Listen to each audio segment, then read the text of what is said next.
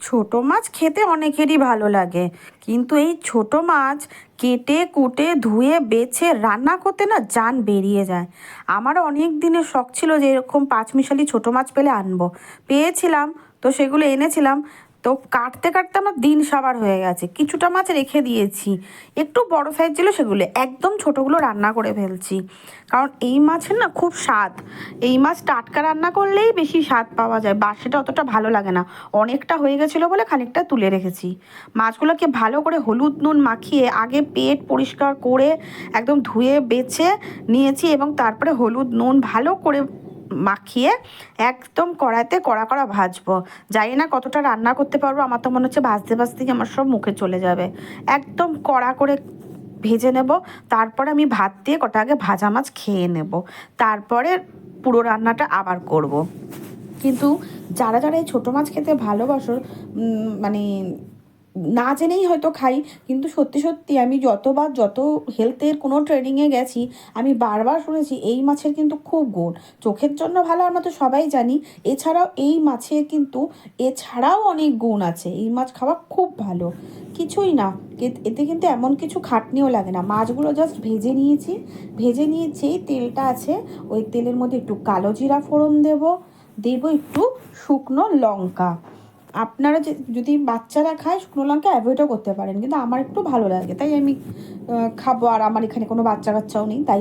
আর আমি সবজি দিয়েছি পেঁয়াজ কলি আর বেগুন, এর মধ্যে কোনো আলু দেবো না, কারণ কেউ খাবে না, শুধু শুধু বাড়িয়ে লাভ নেই, এইটুকুনি দিলে ভালো লাগবে, তাই শুধু পেঁয়াজ কলি আর বেগুন দিয়েই আমি এই পুরো মাছের ঝোলটা রান্না করব, আর কোনো সবজি বা আলু কিচ্ছু না। এইভাবেও একবার করে দেখো, ভাল লাগবে। টমেটো খুব অল্প পরিমাণে দিলাম, কেন টমেটো আমি খুব একটা বেশি পরিমাণে দিলাম না, জাস্ট একটুখানি না দিলে নয় সেইটুখানিই দিলাম। এটাকে একটু ঘেটে নেবো যখন সিদ্ধ হয়ে যাবে টমেটোগুলো। যাই হোক, দিয়ে জাস্ট নাড়াচাড়া করে পুরো ভাজা ভাজা হয়ে গেলে সবজিগুলো, দেন আমরা পরের স্টেপে যাব। কিছু মশলা নিয়ে নিয়েছি, আমার হাতে বানানো ওই জিরে ধনে ওই ওই গুঁড়োটা নিয়েছি, আর হলুদ গুঁড়ো আর নুন নিয়ে একটু মশলাটাকে জল দিয়ে একটু মাখো মাখো করে নিচ্ছি।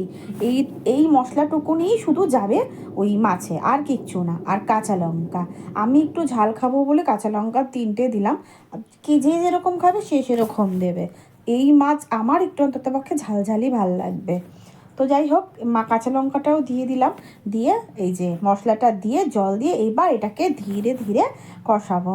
যা, ফোন একদম ব্লার হয়ে গেল, যাই হোক আবার ঠিক হয়ে গেছে।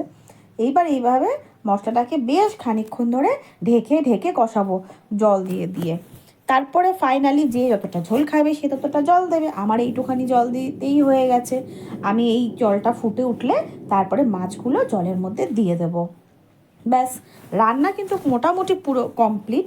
এবার জাস্ট যেটুকুনি হতে সময় লাগে দিলাম, আমি গ্যাস অফ করে, আমার মাছের ঝোল রেডি।